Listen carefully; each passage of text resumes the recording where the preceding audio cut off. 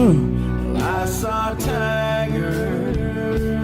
Tiger saw a man. The tiger saw a man. The tiger did see a man, and it was Joe Exotic. And you're still not convincing me that this is Joe Exotic singing. And he's not going to convince me, nobody is, till I hear it with my own ears. We had him on the show just yesterday, and he said, I do all my own singing. And we're like, wait, no, that's been disproven. He said, no, I had a lawsuit about it. In the case, like, sing right now, and he's like, I can't. Well, anyway, yeah. It's early. It's early now. It's pretty early. So I'm not buying it, Joe. No, but he has said that he was filming his own reality show before Netflix came along, before he went to prison. He was in prison for 2 years before The Tiger King came out on Netflix. And they said that they used his footage, from the reality show and hasn't made a penny from Tiger King. And we're saying, how's that possible? So we're going to the expert. She knows all things legal. That is our official attorney, Lisa Lanier. Good morning, Lisa. Hi, Lisa. Hey, good morning. So it's such an interesting story, and it just doesn't stop, right? Because I never thought we would talk about Joe Exotic again, and here we are. Yeah. So I went down another rabbit hole. Thanks to you guys, I lost hours of my life I'll never get back. You're welcome. That's what we do every day. Yeah, right. I watched all these interviews with Eric Goode of Goode Films, who actually was the original producer who started this whole thing. It is fascinating if you can find some of these on YouTube. So what happened, this all came about because this guy, Eric Goode, and his partner, Rebecca, they set out to make a documentary film about the exotic animal trade because he had always been a reptile collector when he was a kid and stuff, and he met some really strange people.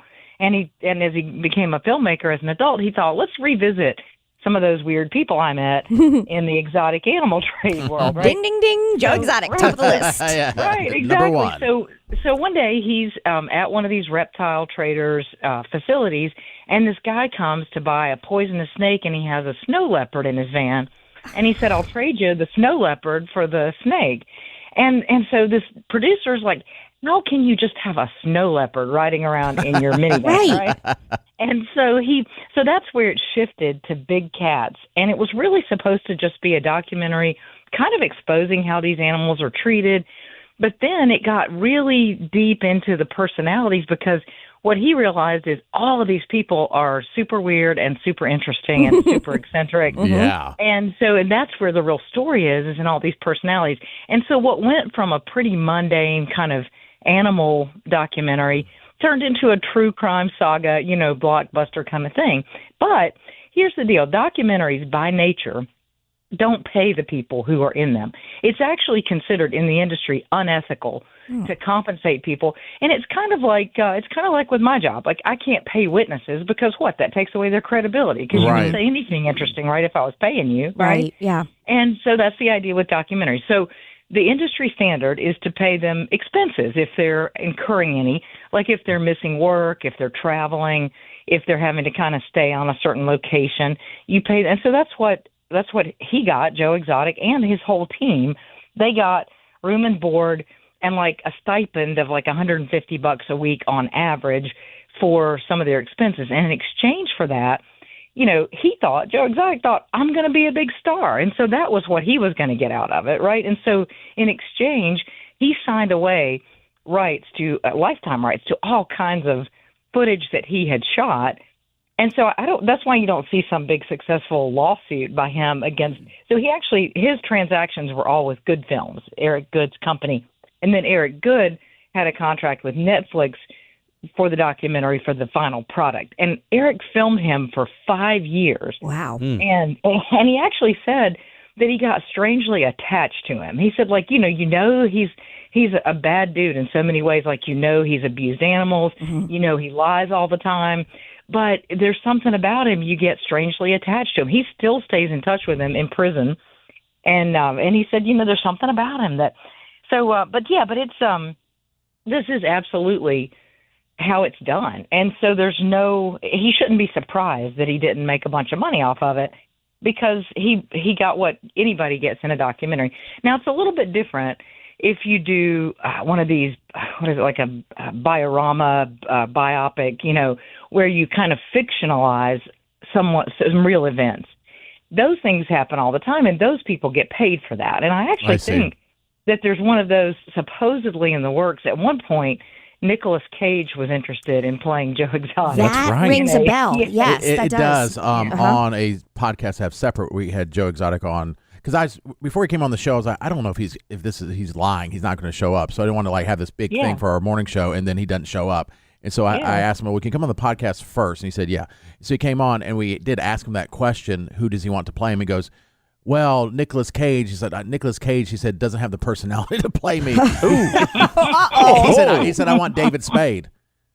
Because David Spade played Joe Dirt. So he's basically playing Joe Dirt. I could see that. Joe Exotic is Joe Dirt. Well, He's yes. a real life Joe Dirt. But he said, my top pick has always been David Spade. That's I can hilarious. totally see that. And so, Interesting. I had forgotten about Nicolas Cage. yeah, because it's kind of weird. But I mean, he's obviously a great actor. But I know you don't care for him, Katie. But what if somebody just took let's say you're not agreeing to a documentary, and someone just took like footage from your YouTube page or TikTok and did a whole thing about you, and they didn't get permission, or is it because it's in public? Then it's kind of. And he signed it though. No, I'm just saying, He signed away the rights. Yeah, no, you have to. You can't use someone's footage, that they filmed, because whoever filmed it owns the rights to it. But these people all, not just Joe Exotic, but Doc, he wanted to be a star too, even though he kind of acted like he did. He did too. And that was why they were also willing to do this. Is this is like, this is our big break, right? Yeah. And I will say, to the point about does he really sing, Eric Goode, who spent 5 years with him, said he does not sing those songs. He said he lip syncs every single one of them. Yeah. He said he's watched him do it. He does not sing. Yeah. It's not a surprise. Katie really pressed him yesterday from federal prison. So much so. Matt made a very good point. So much so, he's in federal prison. And it ruined his day. Katie ruined his day by saying, what's the worst thing that happened to you in federal prison? Katie. But Katie did the right thing, said, wait a minute, you're saying you sing because it just kind of came up? Or like, no way. And the Katie's like, well, can you sing a little bit now? And he made every excuse. And first he just ignored the question. And the Katie's like, No. Like, you go ahead. You're on. Mic's on. Go ahead. Like, it's been 8 years since I've sang. And then like, you got to buy tickets to my concert when I get out. We're like, okay, this dude ain't singing. Yeah. Right. Then he sent me a message last night. Like at 9 o'clock, it's like, hey, show your co-host and show them all that like I do sing. These are links to my Facebook page. Lip syncing, Joe. He was thinking about it all day long. Like, how am I going to get out of that one? I doubt if he doesn't call back, it's going to be my fault. No, he's like promoting our show every day. He's like, I'm going to be with them next week and all this stuff. It does. So weird. It's such a weird thing. It is, but it makes sense, Lisa, what you're saying in the fact that. First of all, it was a big shock to us, at least to me, to find out that he, was in prison when it became the biggest thing that everybody was talking about during COVID, Right. And I did not know that he had been filming for those 5 years beforehand. We had no idea. It wasn't anywhere, And so that's why like the fine print is so important. It makes total sense. They said, we're going to own every bit of whatever it is that we're filming. And he signed it to get the little bit of money that he thought was going to make him rich. It's kind of what he told us was like they took his footage without his permission. That's exactly what he's saying. That would be illegal. Yeah. But he agreed to it. Okay. Right. Yeah, fame. I mean, he got fame out of it. And he did want that, and he absolutely got that. But, it's not going to do him much good where he is. Yeah, we asked him that, like, how do you feel becoming worldwide famous while you're in prison? You can't do anything about it. And he said it's torture. Yeah, what's the point? Yeah, it's like... the thing you want the most is like almost the cruelest thing. You get what you want when you can't enjoy it. It's terrible. Right. All right. Well, thanks for breaking that down because it seemed very confusing, and I'm sure we'll have more legal questions about our new friend Joe Exotic. And also, Lisa, now that you've gone down the rabbit hole of all things Joe Exotic, if you have any questions, let us know, or we can have you on when he's on, and you can ask him. Yeah, please. I'd love to talk to him. I want to go meet him. Can I go meet him? Let's do it. Let's do it. It's Texas. Let's take a road trip. I mean, we're developing this relationship. I'm sure when he comes out of prison, we can finagle him coming out here. Probably.